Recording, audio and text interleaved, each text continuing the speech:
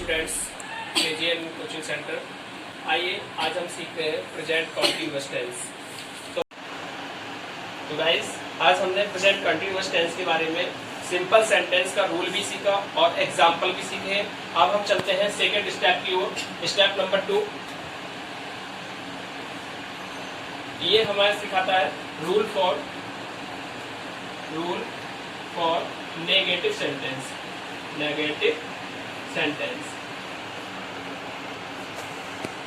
Rule for negative sentence, इसमें क्या होता है, इसका हिंदी होगा नकारात्मक वाक्यों के बनाने का नियम।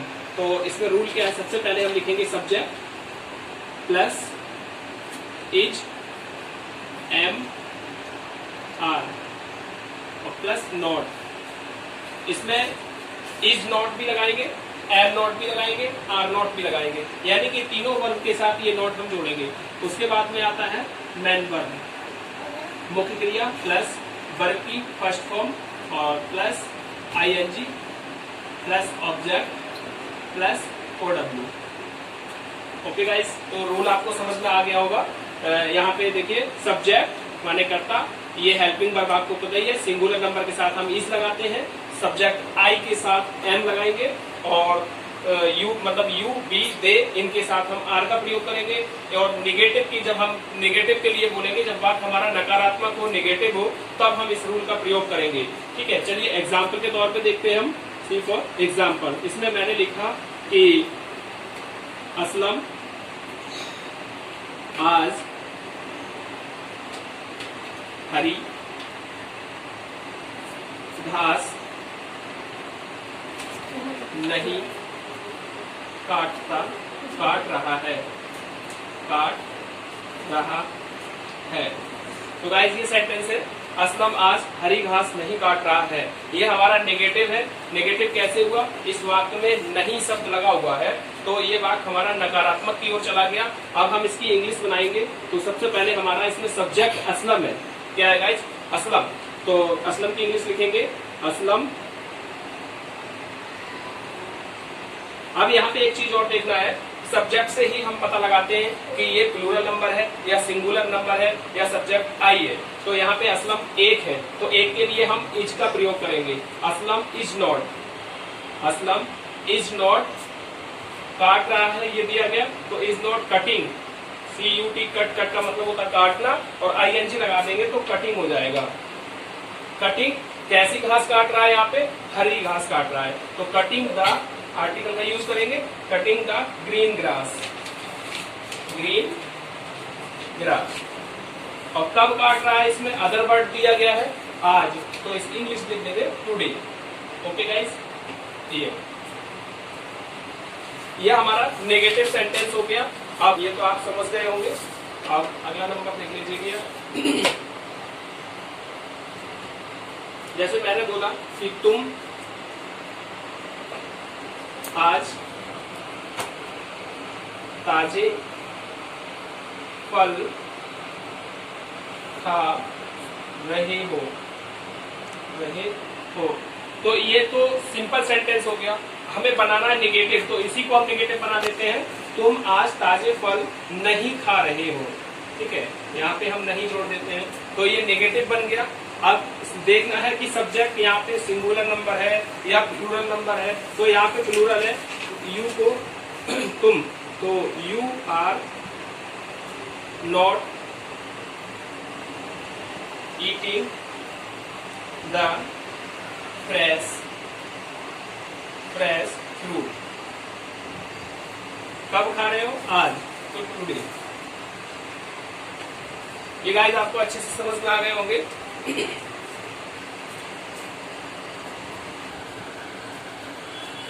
तो अभी हमने देखे इज से और आर से।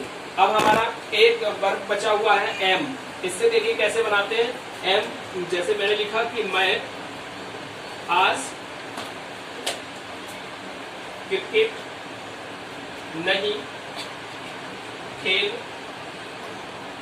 रहा हूँ। ये सेंटेंस है हमारा कि मैं आज क्रिकेट नहीं खेल रहा हूँ। तो इसकी इंग्लिश बनाएंगे आई, और आई के साथ आपको पता ही है एम लगता है। I am not play PLAY, अब मुक्रिया में ING लगेंगे, प्लेइंग, प्लेइंग क्या खेल रहे हो, क्रिकेट, तो द क्रिकेट CRICKET, क्रिकेट कब खेल रहे हो, आज, और यहाँ पे टुडे।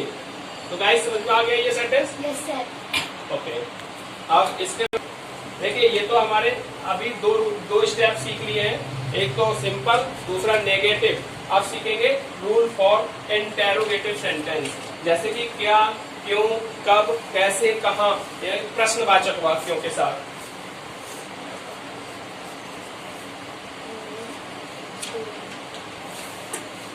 इंटेरोगेटिव सेंटेंस ये हो गया।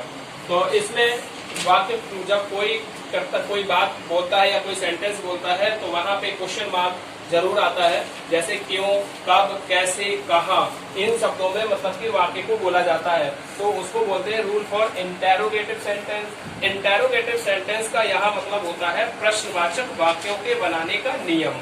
ठीक है, तो उसका नियम क्या है, इसमें ये होता है कि सबसे पहले हमारी जो हेल्पिंग वर्ब होती है इज, एम और आर, ये सब्जेक्ट से पहले आ जाती है, इसका रूल है। ठीक है, plus subject plus main verb plus first verb की first form plus ING plus object plus OW और प्लस क्वेश्चन मार्क चिन्ह। इसमें हम क्वेश्चन मार्क चिन्ह जरूर लगाएंगे। क्वेश्चन मार्क चिन्ह से हमें ये पता चलता है कि वाक्य प्रश्नवाचक है या सिंपल है या फिर तुम्हारा नेगेटिव है। तो चलिए सी फॉर एग्जाम्पल, यहाँ पे एग्जाम्पल को देखते हैं। जैसे मैंने लिखा, क्या तुम आज स्कूल जा रहे हो, तो ये सेंटेंस है। अब देखिए इसमें प्रश्नवाचक चिन्ह क्या है, क्या। तो क्या, अगर वाक्य के प्रारंभ में क्या शब्द दिया गया है तो उसकी इंग्लिश नहीं लिखते हैं, उसकी जगह पे हम सब्जेक्ट को देखते हुए हेल्पिंग वर्ब को रखते हैं। तो यहाँ पे गाइस तुम दिया गया है कि क्या तुम आज स्कूल जा रहे हो, तो इसमें लगाएंगे हम are you going to school. कब जा रहे हो, आज, गोइंग टू स्कूल टुडे, और क्वेश्चन मार्क चिन्ह, ये बन गया। ठीक है गाइस, अब हम इसमें सिंपल की और सिंपल सीख लिए, नेगेटिव सीख लिए और इंटेरोगेटिव सेंटेंस सीख लिए। ये सब्जेक्ट आर से था प्लूरल नंबर के लिए। अब यहाँ पे हम बनाते हैं सिंगुलर नंबर और सब्जेक्ट आई के साथ। तो सिंगुलर नंबर के जैसे मैंने बोला, क्या रहीम किताब पढ़ रहा है, और क्वेश्चन मार्क चिन्ह। तो हम यहाँ पे रहीम दिया गया है, तो रहीम सिंगुलर है, इसके साथ इज आएगी, इज रहीम रीडिंग, क्या पढ़ रहा है, बुक, तो the book, is Rahim reading the book. ठीक है, अब हम आई से बनाते हैं, जैसे क्या मैं पत्र लिख रहा हूँ, तो ये चीज हो गया, क्या मैं पत्र लिख रहा हूँ, इसकी इंग्लिश बनाएंगे एम आई, हेल्पिंग वर्ब पहले आ जाएगी रूल के according, am I writing a letter, question mark चिन्ह, बस। तो गाइस ये मतलब कि इंटेरोगेटिव सेंटेंस है। अभी देखते हैं आप कि वाक्य के प्रारंभ में, यानी कि सेंटेंस के शुरू में क्या शब्द लगा हुआ है। ठीक है, तो इसके लिए हम अपनी हेल्पिंग वर्ब को रखते हैं सबसे पहले, क्या क्या अंग्रेजी नहीं लिखते हैं। अब हमें देखना है क्या, क्यों, कब, कैसे, कहाँ, वाक्य के बीच में आते हैं तो हम सेंटेंस को कैसे बनाएं, how to make the sentence.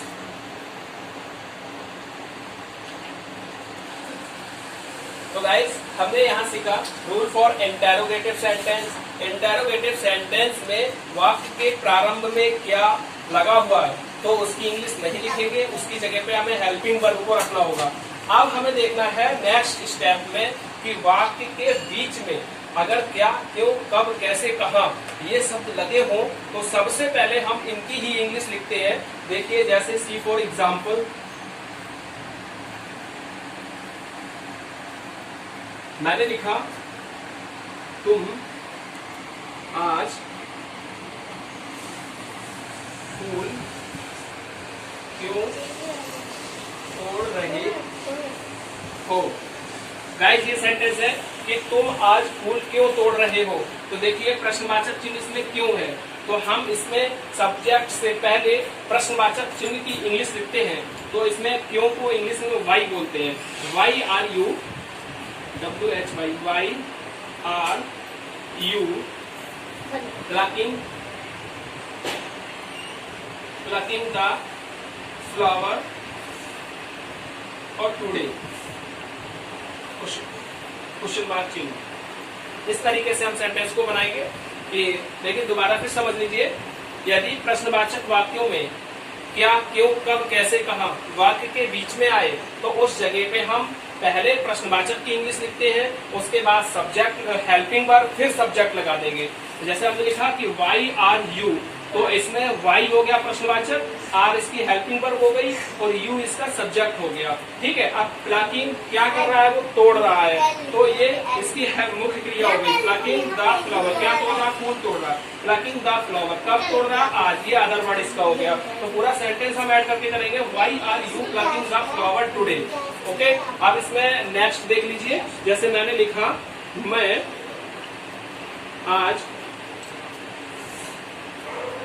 मैं आज क्यों नहीं, क्यों पढ़ रहा हूँ। मैं आज क्यों पढ़ रहा हूँ। तो गाइस ये सेंटेंस है, इसमें भी वाई लगा हुआ है, तो वाई एम आई इसको बोलेंगे WHY, वाई एम आई। और पढ़ने को आपको पता ही है कि रीडिंग बोल देंगे, why am I reading, reading और टुडे ये हो गया। Why am I reading today, मैं आज क्यों पढ़ रहा हूँ, इसकी इंग्लिश ये हो गई। अब इसमें गाइस एक सब्जेक्ट और बचा हुआ है, वो भी आप सीख लेंगे।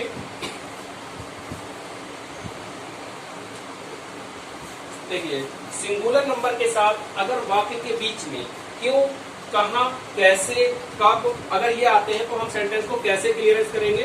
तो देखिए जैसे मैंने लिखा कि रहीम आज स्कूल में क्यों खेल रहा है, तो ये सिंगुलर नंबर के साथ प्रश्नवाचक क्यों शब्द आया, तो सबसे पहले हम क्यों की इंग्लिश लिखेंगे, फिर उसके बाद में हेल्पिंग वर्ब, फिर रहीम। तो मैंने लिखा why is Rahim, why is Rahim, why is Rahim playing, playing किसमें खेल रहा है, स्कूल में। तो इन, इसमें प्रीपोजिशन यूज कर लेंगे, इन द स्कूल। कब खेल रहा है, आज, टुडे और प्रश्नवाचक चिन्ह।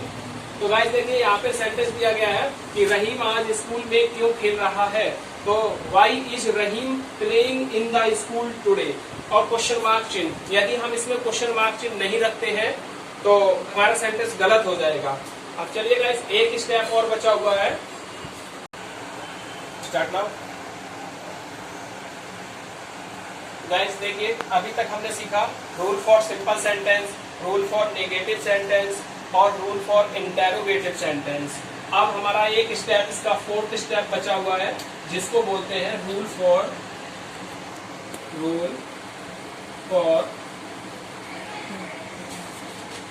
इंट्रोगेटिव और नेगेटिव सेंटेंस। इसका हिंदी मतलब होता है प्रश्नवाचक और नकारात्मक वाक्यों के बनाने का नियम। तो सबसे पहले इसमें हेल्पिंग वर्ब को रखेंगे, is, am, are plus subject plus not plus main verb plus verb की first form plus ING plus object plus OW plus question mark चिन्ह। See for example.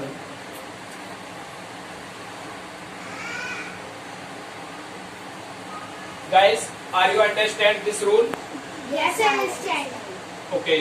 Next sentence को देखते हैं। जैसे इसमें देखिए सबसे पहले इज सिंगुलर नंबर के साथ, आई के साथ एम, यू के साथ आर और सब्जेक्ट, फिर नॉट, फिर मैन वर्ब, फिर वर्ब की first form, ING, object, OW, question mark चिन्ह।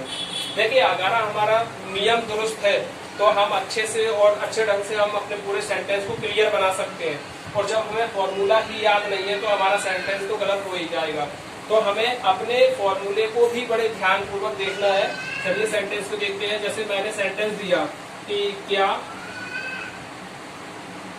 दादाजी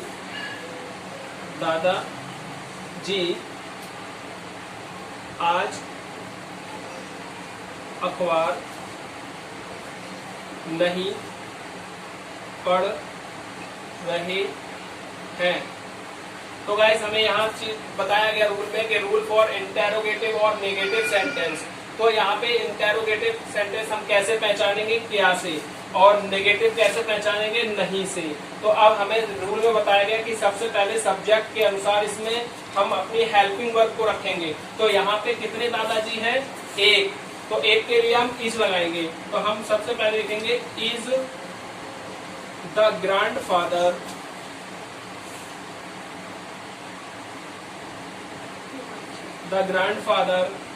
इसके बाद not is the grandfather not reading the newspaper today, question mark चिन्ह। तो गाइस इसकी इंग्लिश बनाएंगे is the grandfather not reading the newspaper today. क्या दादाजी आज अखबार नहीं पढ़ रहे हैं। तो ये प्रेजेंट कंटिन्यूअस का रूल फॉर इंटेरोगेटिव और नेगेटिव सेंटेंस है। आर यू अंडरस्टैंड और स्टूडेंट्स दिस एप्लीकेशन? ओके। अब हम नेक्स्ट एपिसोड में हम देखेंगे प्रेजेंट परफेक्ट टेंस। ओके।